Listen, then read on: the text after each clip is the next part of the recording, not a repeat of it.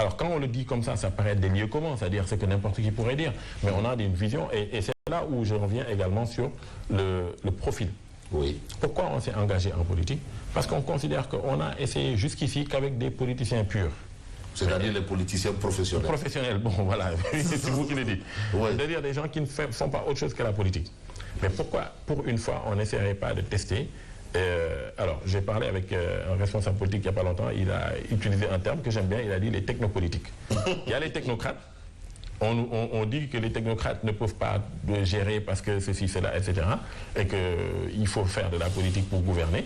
Bon, dont acte. Mais, donc, ces technopolitiques-là, est-ce qu'on ne pourrait pas essayer d'utiliser, de leur confier les responsabilités et de voir où est-ce qu'ils vont mener le pays? Parce que, encore une fois, le problème principal que nous avons, c'est un problème de vision. On a besoin d'un président qui soit altruiste. Je ne veux pas faire un truc, mais ce que pour moi, Mohamed Makhtar Cissé a fait en signant le contrat avec Akili, pas de son plein gré comme ça pour faire une faveur à Akili. Non, il a signé le contrat après avoir discuté pendant 18 mois avec des équipes techniques de Sénélec qui ont été là, les directeurs de Sénélec. Ils sont tous aujourd'hui à Sénélec encore. Hein. Et c'est eux qui sont revenus? Non, c'est pas eux qui sont revenus. C'est ça. Ça vous montre justement comment fonctionnent nos pays. On change une personne, un nouveau DG arrive, allez savoir comment est-ce qu'il tient les gens et suffisamment pour les empêcher d'exprimer, parce qu'effectivement, vous avez totalement raison, on devrait s'attendre à ce que quand un nouveau DG arrive comme ça et qu'il veut revenir sur quelque chose qui a été fait en bonne et due forme, qui plus est lui-même avant d'être DG était administrateur du conseil d'administration, donc administrateur de Sénélec, et était là quand on est venu soumettre le projet devant le conseil d'administration. Mais comment se fait-il que quand cette personne-là vient vouloir changer quelque chose qui a été déjà signé en bonne et due forme et qui est entré en exécution, personne ne se lève en interne pour s'offusquer de cela. Personne ne se lève pour dire, mais attention, DG, ce que vous voulez faire là, ça ne peut pas être. Mais on a l'impression que Biti entre votre esprit là. Hein? Non, c'est pas qu'il entre mon esprit, c'est une réalité. C'est-à-dire, la réalité, c'est, comme je vous dis,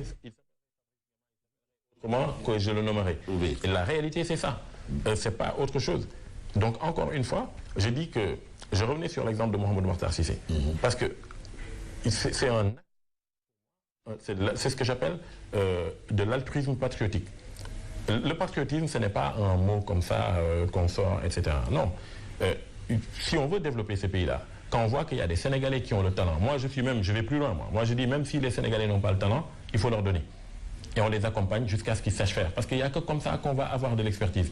Mais en l'occurrence, ici, nous avions déjà fait nos preuves, nous avons déjà démontré notre capacité technique. Pourquoi est-ce que vous voulez, diable, enlever ça entre les mains du Sénégalais et mettre ça entre les mains d'un Israélien? Dites-moi. Alors, donc, globalement, on va peut-être revenir sur le sujet par rapport à peut-être vos ambitions pour ce pays. En réalité, donc, il y a beaucoup à faire pour ce qui relève de la politique de l'emploi. C'est ça. Il y a beaucoup C'est le principal point. Je vous dis aujourd'hui, tous les mots du Sénégal peuvent se résumer en un seul point. Créer de l'emploi. Créer de l'emploi est principalement pour les jeunes parce que, comme je vous dis, ils sont majoritaires.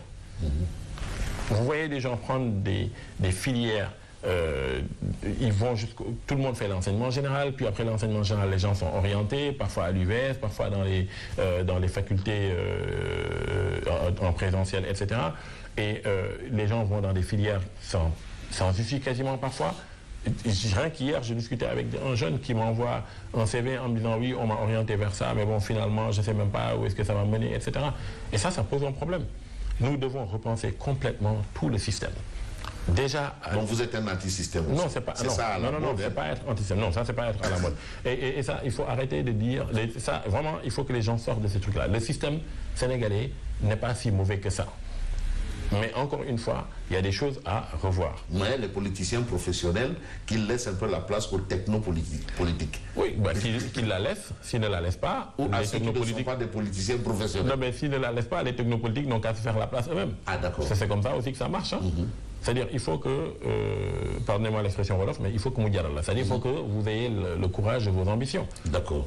Vous savez, il faut pas. Si vous devez penser à votre petit privilège, parce que vous êtes chef d'entreprise et vous vous dites, ah tiens, si je m'engage, peut-être que les impôts vont me tomber dessus, parce qu'on va instrumentaliser ceci, cela. Mais c'est comme ça que ça se passe. Non, pourquoi aller chercher loin? Prenons votre patron, Bougane Gueye Dany. Il a dit qu'on l'a vu ici, quand le fisc est venu chez vous, il dit que c'est parce que c'est son engagement en politique, etc. Mais ce que je dis justement, c'est que si vous êtes véritablement convaincu et que vous avez le Sénégal chevillé au corps, eh bien, ma foi, ces tracasseries-là ne doivent pas vous faire peur. Parce qu'effectivement, comme disait l'autre, c'est difficile le chemin. C'est ça la réalité. Donc, effectivement, il peut y avoir des risques. Mais ce risque-là, pour moi, n'est absolument rien face aux enjeux, face à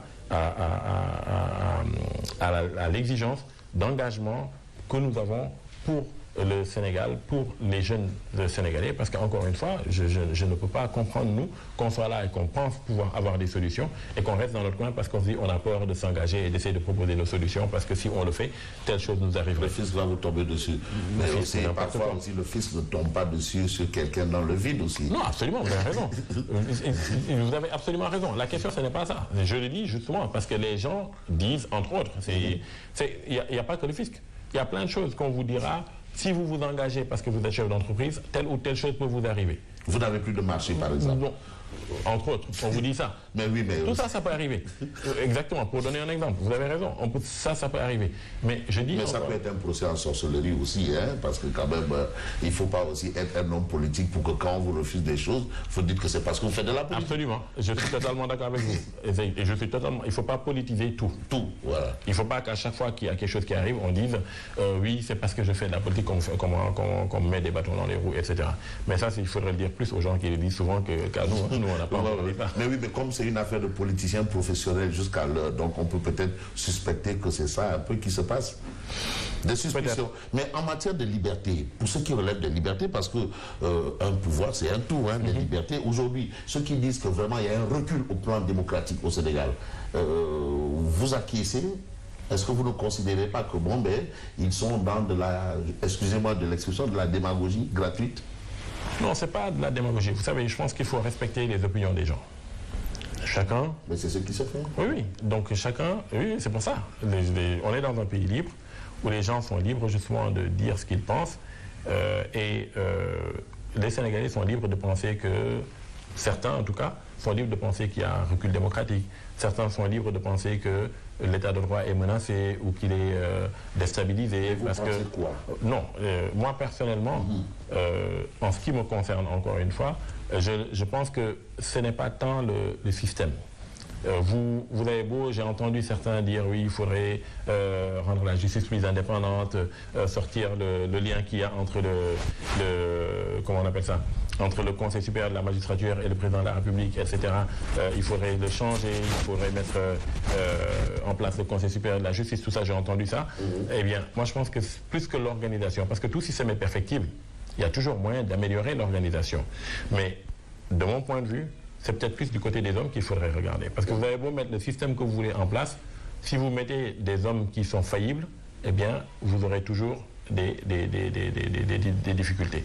Et ce qui est une réalité, c'est que la perception de certains est qu'effectivement, la démocratie est menacée, ceci, cela, etc.